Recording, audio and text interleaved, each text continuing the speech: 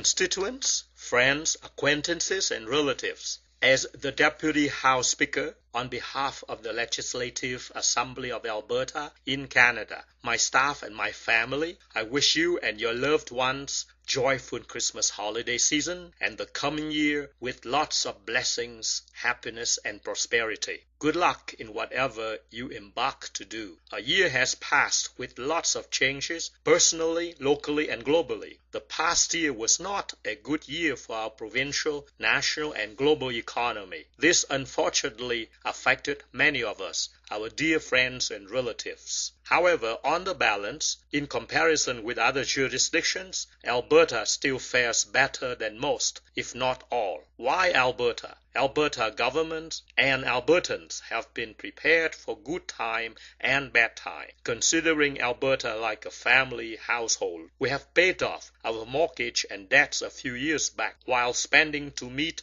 the rising needs of our growing population and changing demography. We have stacked our surplus income in our saving account and our retirement account, being called Alberta Sustainability Fund and Alberta Heritage Savings Fund, respectively. We have also invested our taxpayers' money in our public infrastructure assets, such as university and school facilities, healthcare facilities, public transportation systems, waterworks, and utility transmission. Other jurisdictions, provincial and national, are already in debt during good time and now in more debts to finance for their huge deficits. Yes, Alberta has deficits because its income is less than its expenditure. But Alberta doesn't have to borrow money to make up for the shortfall like other jurisdictions. Alberta can just draw down its saving account. All these measures are the strength of Alberta, positioning us well now and long into the future. We will weather out the current global economic downturn, pick up strongly and quickly when it turns upward again. Like any other jurisdictions living on exports and having a small local population economy, our main concern for Alberta is the length of global economic downturn, which affects negatively the demands for the products and services from Alberta, hence our income. We have to curtail our expectation and spending to match with our income once our savings are exhausted. To change our habit and to live within our means requires strong mind and will, both at individual levels and in the government organization. Our other concerns center around the measures and policies that encourage business development and attract investments to Alberta.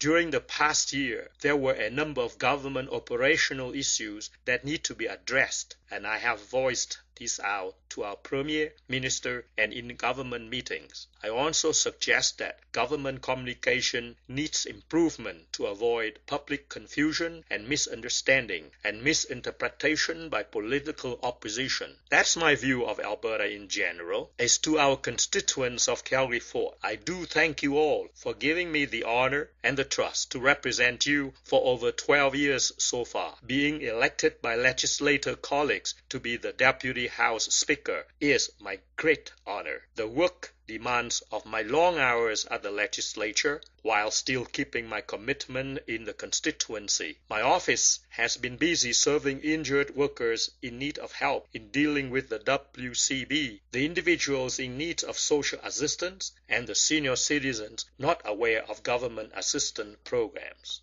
Together, I have helped deliver a number of projects within the constituency, such as the construction of the Inglewood-Bow River Weir, the Deerfoot Trail and Pagan Trail interchange, the noise barrier wall in Dover Glen, Bow Habitat Environment Education Station in Inglewood, Southeast Calgary Freeway Ring Road, the East Calgary Health Center in Forest Lawn, the upgrades of senior residences and lodges in Ogden and Dover, affordable housing projects in Ogden, Inglewood, and Dover, and shelters for the homeless. I have supported many local community projects such as the Calgary Soccer Center, community parks in Dover and Inglewood, Folk Music Festival, Global Fireworks Festival, Youth Singers of Calgary, Ukrainian Trizop Dance Ensemble, and many projects by cultural and community associations. As a legislator, I have introduced legislations to increase Canadian history content in school studies, to recognize skill qualifications and work experiences in the military. I spoke for assistance to our vulnerable citizens, such as people with disability, senior citizens, youth, and newcomers. I spoke strongly for healthcare and education services, strongly for community safety measures, and strongly for zero tolerance against crimes. On a personal note, I want to share a good feeling that some of you may already have experienced. I'm elated with the recent greatest promotion in my life. I share this greatest honor with my wife Kim, being promoted to the rank of grandparent by little Dylan. Little Dylan has assured you all that I represent well for senior citizens, as myself going to be one, and that I advocate strongly for youths as they are my own future. Looking ahead, I'm confident that the global economy will start its upturn in the coming year. Alberta is far better prepared for any situation than any other jurisdictions. Only by working together, we can bring Alberta to the world and take on any challenges from our global competitors. As always, I'm at your service. Please contact me anytime through email wayne.cow@assembly.ab.ca or telephone 403-216-5454. Have a joyful Christmas holiday season. To you and your loved ones, happiness and good luck in the new year. Wayne Cow, MLA, Deputy House Speaker, Alberta, Canada. Thank you very much for your precious time listening to my message. God bless us all. Feliz Navidad.